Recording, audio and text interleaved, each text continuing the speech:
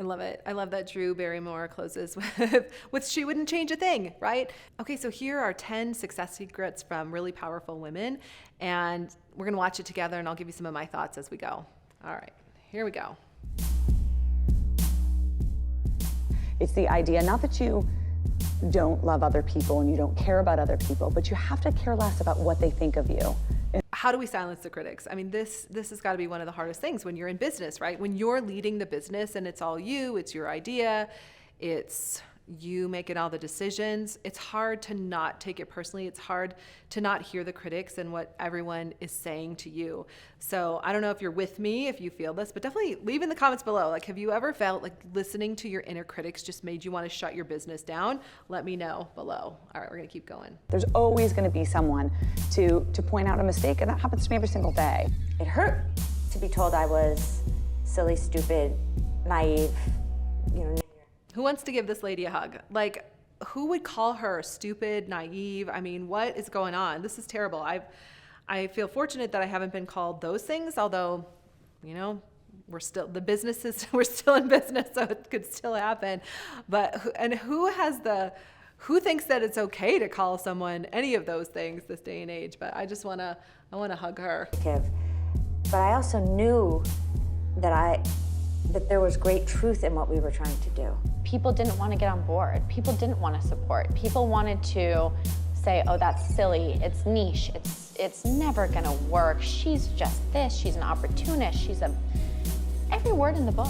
What's amazing is collectively how we can see every one of these women already was challenged almost every single day by the critics, by the naysayers, by people who didn't believe in them, and yet they kept going. They're CEOs of very successful, well-known companies. It feels crushing and it feels defeating, and you're mad at the world and you're mad at people who didn't support you, and then now as I sit in front of you, I reflect and I'm like, they're sort of blips to me now. They feel like a big deal at the time, but they're not. Don't sweat. Yeah, that's so true, right? When we look back at those things that people said to us or that discouraged us, I was thinking about an incident where I was professionally challenged in a classroom, and I was with a group of my peers, and I just remember in that moment just feeling so small. And the person who challenged me, I could tell, like, he felt so powerful and just, you know, questioning me and like checking me on this. What was interesting is we had kind of this one moment, and this really one negative moment. And we didn't have a lot of negative moments after that, but that moment it's like still in my brain today. It was more than 10 years ago. It's still in my brain today. And I never felt the same about him afterwards. Like, it was just like, this is not someone I wanted to be connected with. This wasn't someone who made my world better. It was just kind of always like a jab. And so it makes me think of a quote by Maya Angelou, where she says, believe people when they show you who they are. And I wish I would have believed in that moment who he was showing me he was, because it would have saved me a lot of pain down the road.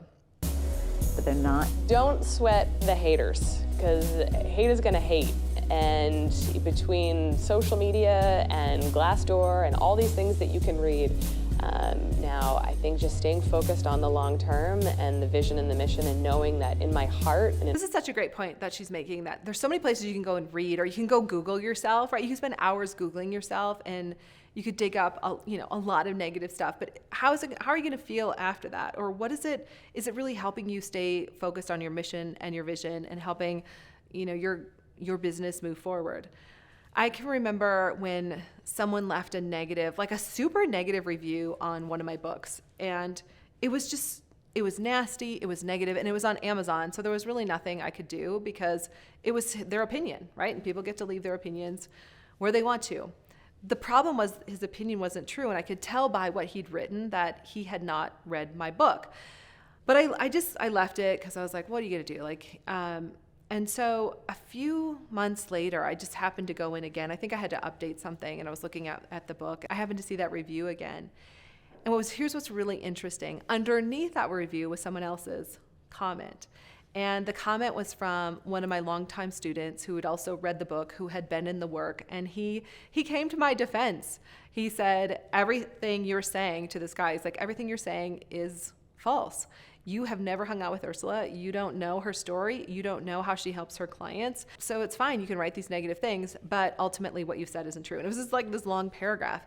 And I think about that to this day when I get a negative review or when I get a negative comment on something. I think about that client who was willing to raise his hand and say, no, you're wrong. And I think we all have to be that to other people. We all have to be the person that comes to someone else's defense when they're being attacked to say, yeah, that's not true, even in writing. And I think that's a pretty scary thing to do this day and age, but I always think of that client who was willing to step up and say to this person, your review is a lie.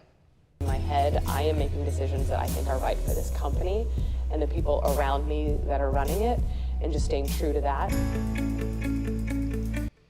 So this next section is really fun because they're talking about if you could write a letter to your younger self, what would you say? And so even before I play those, like for you personally, what would you say to your younger self? What advice would you have for that younger version of you that would really, really be helpful? So let's listen in, and then I'll share what I would say to my younger self. 100% do not worry your young life away. You are going to work for the rest of your life. You cannot plan it all out. Everything is going to be okay. Don't mourn the breakups for too long. When I think about how much time I spent sitting on a friend's couch at a friend's table talking about the breakup and how sad I was, I could have read more books. I could have written a book. Try to hold on. That if you want to step out of the workforce, that's clearly a personal decision, but try not to step out because you are temporarily tired. If you can sort of make it through that stretch, that it gets better soon. That's just that one piece right there when she says, she's talking about stepping out of the workforce, but what she says, it's going to get better sooner than you think. And that is what I would say to my younger self, is during the really challenging times, and there have been many, because I've been through recessions, like all of you have been through pandemics, like we've been through stuff. And then that doesn't even include the personal things we've gone through, right?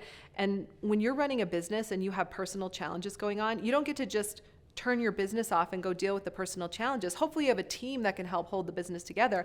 But ultimately, emotionally, you still have to be available for the business, even while your emotions are being pulled over here. And what I would say to my younger self is to hold on, that this is temporary. This is temporary. This setback is temporary. This slow time is temporary. This challenge is temporary. This upset client that's making you feel terrible about your business and wondering why you even started your company, it's temporary. And most of the time, it's not about you. None of it's about you. So the question is, how am I going to react to it? So hold on. Does. Slow down. But it's so hard because you're not going to do it. I can't imagine anybody would, but breathe. Enjoy it. I would say do everything exactly the same that you're doing, because one day you're going to be really happy you did it all this way. I just wish you didn't have to freak out about it so much along the way, but that's probably what'll make you who you are, so just go ahead and freak out on the you at 40. I love it. I love that Drew Barrymore closes with she wouldn't change a thing, right?